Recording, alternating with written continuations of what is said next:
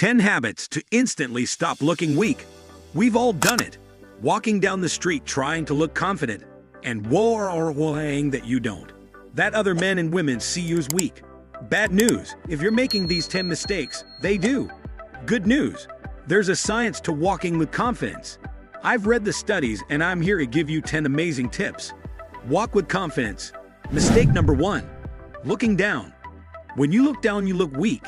You want to look at least straight forwards and possibly even a bit higher. Raise that chin.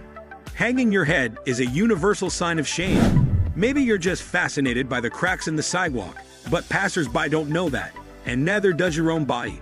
All it knows is that you're in a closed, self-protective, low-power position. A 2010 study by researchers from Harvard and Columbia showed that closed body language lowers your testosterone, raises the stress hormone cortisol, and makes you feel less powerful.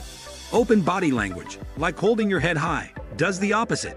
So walking confidently not only makes you look confident, it creates a biofeedback loop between the mind and the body that makes you feel confident. Number 2, duck feet. The next mistake men make is walking with their feet too close together or with their toes pointing out. This might point towards a deeper problem with your posture, structure, or weight. Or it might just be a habit. You've heard the saying, practice makes perfect. Not true. Practice makes permanent. So if you've been practicing bad walking habits, they'll get stuck. But if you start practicing good ones, they'll stick too. Pay attention and spread your heels out a bit. I'm not talking about extremes. I'm talking about finding what works for you and noticing when something's a bit off. I highly recommend you videotape yourself. Look at the way you walk normally and then look to make some corrections. Number 3, no eye contact. If you avert your eyes as soon as someone else is coming your way, you look weak. No need to stare aggressively, just make eye contact and maybe give a nod. If you make eye contact with a woman, hold it for a second or two. Maybe give her a wink. Have fun. But remember, you don't want to hold eye contact with a strange woman for more than 2 seconds, or you start to look creepy. If time loses all meaning when you meet her eyes, try counting 1 Mississippi and 2 Mississippi so you know when 2 seconds are up. Just don't say it out loud. Number 4, hunching your shoulders. You don't hunch your shoulders right. Before you answer, try the pencil trick. Hold the pencil in each fist and stand the way you normally do, with your arms by your sides. Is the point of the pencil straight forward? If so, congratulations. You don't hunch your shoulders. The rest of you may be a little shocked, especially if you work a desk job. Hunching forward says, I'm trying to minimize the amount of space I'm taking up. In other words, you look weak. Get those shoulders back, put that chest out, and walk with confidence. To help retrain your posture, try some exercises. One of the simplest is called wall angels. It's like snow angels on a wall. Stand with your back to a wall, hands by your sides, and touch the wall with your fingertips. Now try to raise your arms above your head, without letting your fingers, head, back, or butt leave the wall. It's harder than it sounds. Number 5, no shoulder swagger. Don't be afraid to sway your shoulders when you walk. If you're not sure what I mean, watch Daniel Craig walking out of the sea in Casino Royale. With each step, the shoulder on the same side moves slightly down and back. A 2007 study out of New York University found that men who walk with a shoulder swagger more than double below their perceived attractiveness. We're also more likely to sway our shoulders when we know we're being watched by women. Why? Because it signals confidence. It makes you look built up.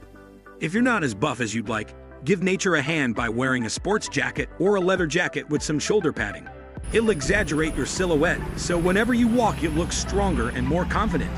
Number 6, hands in pockets. Don't put your hands in your pockets. Again, it's going to hunch the shoulders and make you look more submissive.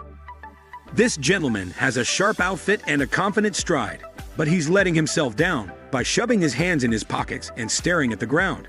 Look how hunched his shoulders are. Now imagine him with his head up, back straight, and arms swinging freely by his sides. See the difference? Having your hands visible brings several advantages. People trust you more when they can see your hands. It also means you look and are ready for action. If it came to fight or flight, you could quickly raise your hands to defend yourself. Number 7, being tense. You get nervous. Tighten up your hands into a fist and barely move your arms as you're walking around. If you have to do something anxiety-inducing like walking on stage to give a speech, you do not move your arms. Now everyone can see how anxious you are. A lot of men don't notice when they're doing this. Make a conscious effort to relax your arms and hands and let them move. Number 8. Walking too slowly. This one shocked me. I'm a slow walker myself, and I never saw this as a bad thing. But a 1995 study in the Journal of Ethology and Sociobiology found that, on average, if a man walked faster, he was perceived as higher status. When I looked at the research, I found that it's a combination of a number of the things we talked about. So if you're putting your hands in your pockets, slouching forward, looking down, and walking slowly, that's the walk of a low-status man with no confidence, nothing special to do, and nowhere special to be. So it's about finding that happy medium. If you're perceived as a slow walker, maybe speed it up just a bit and see what happens. Number 9. Walking behind people. If you're hanging out with the queen, protocol dictates that you walk behind her to defer power and respect. Most of us are not walking with the queen, and we do want to defer power. So make sure you walk beside the people you're with. And if you're expected to lead a group, then you walk out in front. Walking behind people says, "You're ahead of me." Number 10. Taking small steps.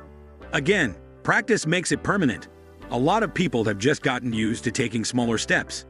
This isn't about leg length. I'm not asking shorter guys to take the same strides as big guys. I'm talking about proportionally good-sized steps for your body. This may not matter most times, but when you're going up in front of a group, you want to walk with confidence. Striding out there with long steps shows them you know where you're going. These points may seem small, but when they add up, they can sap your confidence and make you look weak. So do what you can to correct this. Again, the best way to learn to walk with confidence is to videotape yourself. But Antonio, that's too much work. No, it's not. Invest that bit of effort in yourself. Investing in yourself is the best investment you can make. You only get one body and one life. Take advantage of it.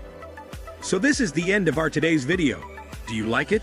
Kindly give your valuable response in our comment section below. And don't forget to subscribe to our YouTube channel for more interesting and informative videos. Even though we're new to the scene, every 1% increase in subscribers means the world to us.